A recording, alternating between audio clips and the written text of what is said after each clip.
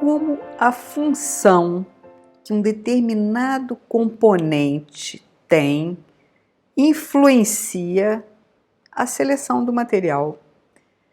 Então vamos ver agora um exemplo de materiais que dentro de uma válvula, por exemplo, a válvula está dentro de um único ambiente, mas cada parte da válvula ela tem uma função diferente. Vamos pensar em como que cada tipo de material ele foi selecionado para atender a uma dada função dentro de uma válvula, muitas vezes uma válvula simples. Eu trouxe essa válvula que eu peguei um catálogo na internet para vocês darem uma olhadinha. Então a gente vê que a gente tem uma válvula esfera, é uma Dual Seal Ball Valve. Essa válvula esfera, ela tem a função de vedar, né, ou de bloquear a passagem de um fluido. E a característica específica dessa válvula é que ela tem dois selos, né, ou seja, ela tem uma redundância na vedação. O selo azul é o selo primário e o selo vermelho é um selo secundário. O selo secundário atuaria caso houvesse algum dano na região do selo primário. E quando a gente pensa na função, a função da válvula é bloquear ou dar passagem. Agora, qual é a função de cada componente dessa válvula? Para a gente pensar de que material é feito cada componente. Então a gente viu que a gente seleciona materiais dependendo da função que aquele material deve cumprir durante a operação ou durante o serviço. E agora vamos observar qual é a função de cada uma das pequenas partes dessa válvula. Então a gente pode observar nessa vista explodida da válvula os diferentes numerozinhos que mostram cada um dos tipos de componentes. E eu separei alguns componentes específicos para a gente dar uma pensada. Cada pequeno componente dentro desse sistema vai sofrer um determinado tipo de solicitação dentro daquele conjunto. E o tipo de propriedade que eu vou exigir a cada um dos materiais depende muito do que eu espero que seja o comportamento desse material durante a operação ou durante o serviço nessa válvula. Então essa válvula, ela utiliza diferentes materiais e ela pode existir em vários modelos para diferentes classes de pressão, para diferentes temperaturas, se é para um ambiente com H2S ou não. No caso de ser H2S, o pessoal classifica como NACE. A NACE ela tem uma recomendação para materiais que vão ser utilizados em ambientes com H2S. Na verdade, a NACE ela tem a MR0175, que é para um H2S em ambiente de produção de petróleo. Então é um ambiente onde você pega o óleo cru ainda e ele tem algumas características em termos de quantidade de água, em termos de cloreto, dependendo de onde você está explorando.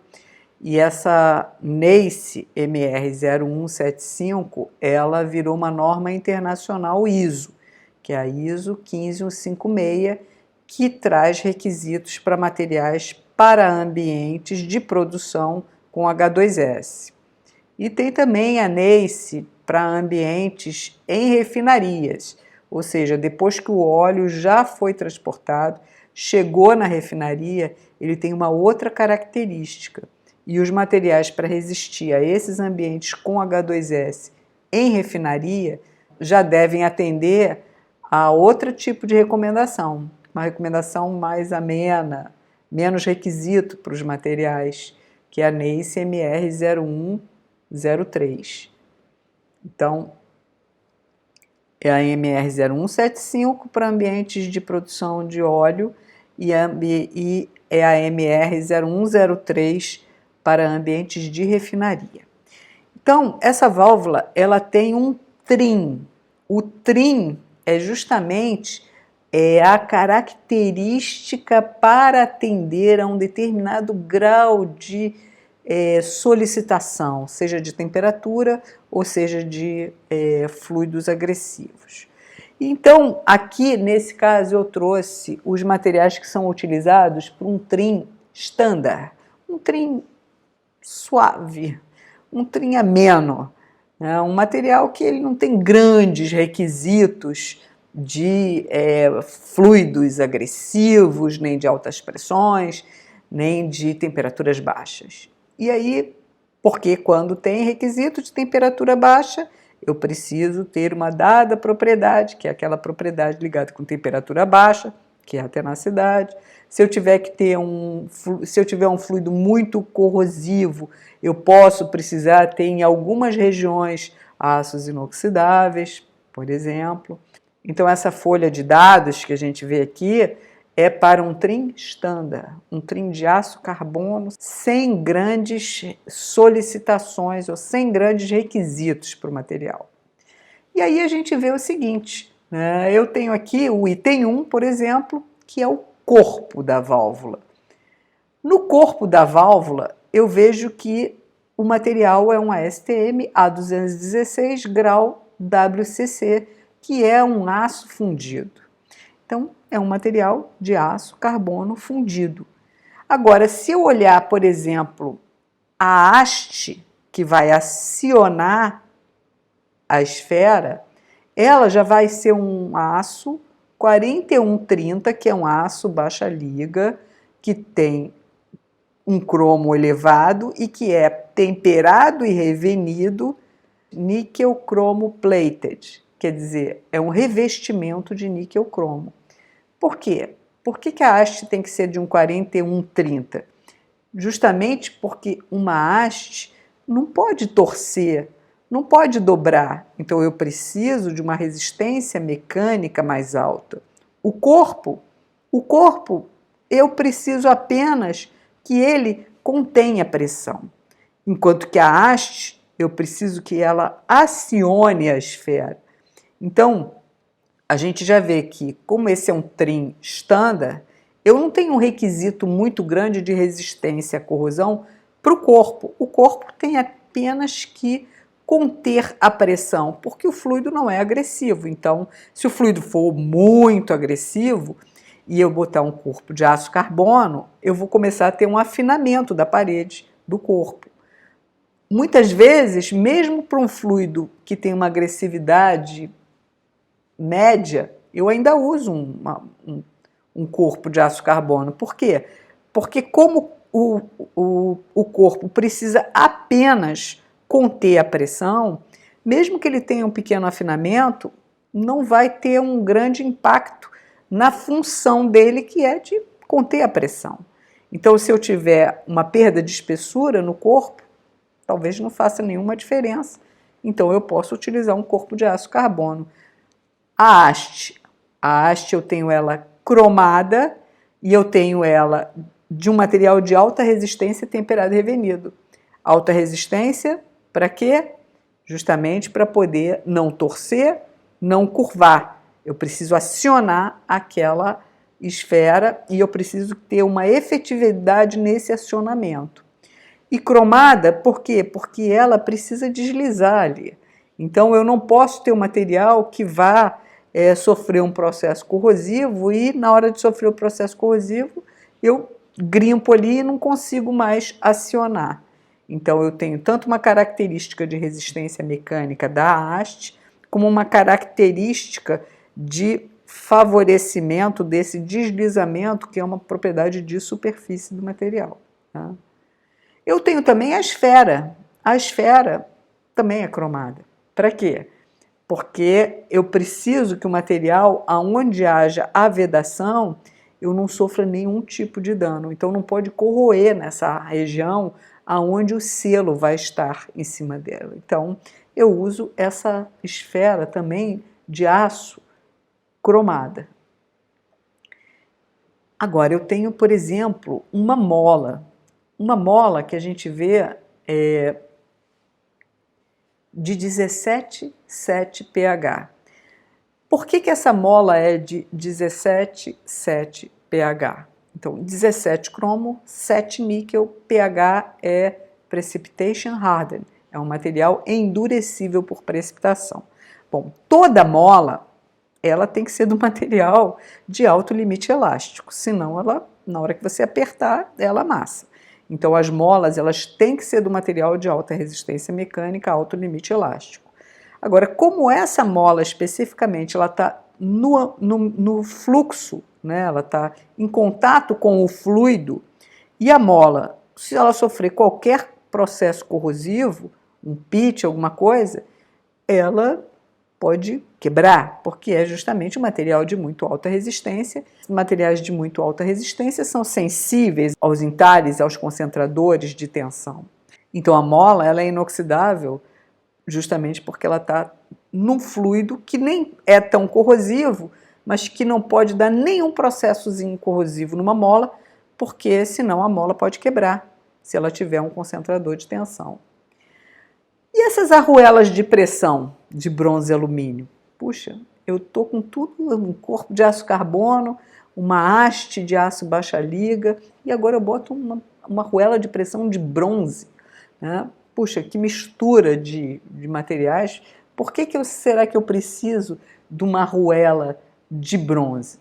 Justamente porque eu posso precisar de um material muito macio que, ao sofrer algum tipo de atrito, ele haja quase que como um lubrificante.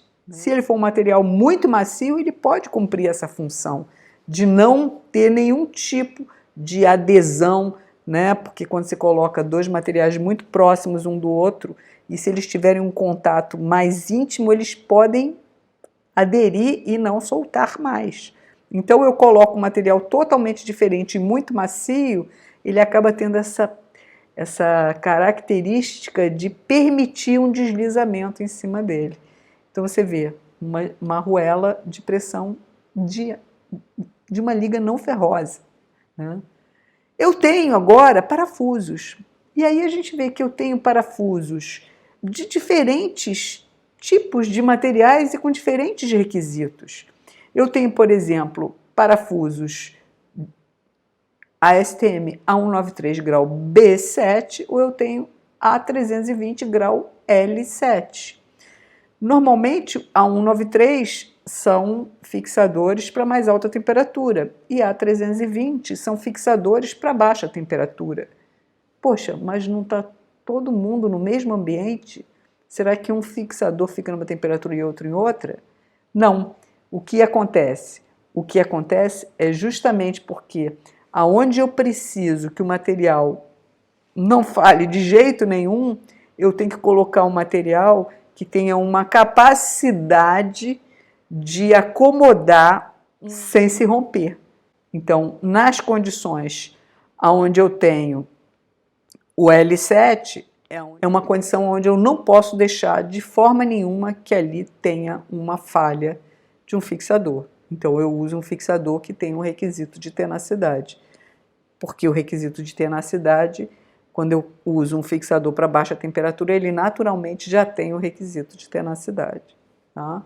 Então, a gente vê que eu acabo tendo características diferentes, materiais totalmente diferentes dentro de uma mesma válvula, porque cada um tem a sua função. Então, eu tenho uma mola de aço inoxidável 17,7 pH, que é endurecível por precipitação, porque eu preciso ter um material que tem alta resistência mecânica e precisa ter resistência à corrosão para não sofrer nenhum tipo de processo corrosivo que dê um concentrador de tensão e faça a mola perder a função. Agora, os corpos que simplesmente contêm pressão, eu posso ter um corpo de um aço carbono fundido, porque mesmo que tenha algum tipo de corrosão naquele corpo, a taxa de corrosão vai dar uma perda de espessura que é muito compatível com a vida útil. Eu só preciso conter a pressão, eu não vou ter nenhuma perda de performance se eu tiver um pouco de corrosão. Agora, a esfera, que é onde veda, e essas vedações de esferas são vedações resilientes, ou seja, você vai usar uma vedação que é uma vedação não metálica, um material mais macio. Em cima da esfera, eu tenho que colocar alguma coisa que não dê para ter nenhum tipo de dano naquele deslizamento que vai ter. E não pode ter nenhum processo corrosivo, nenhum amassamento. Então eu vou cromar a esfera. Eu tenho a haste também, só que a haste, além de ser do material cromado, ela tem que ter uma resistência mecânica alta. Então eu vou usar um aço que tenha tratamento térmico.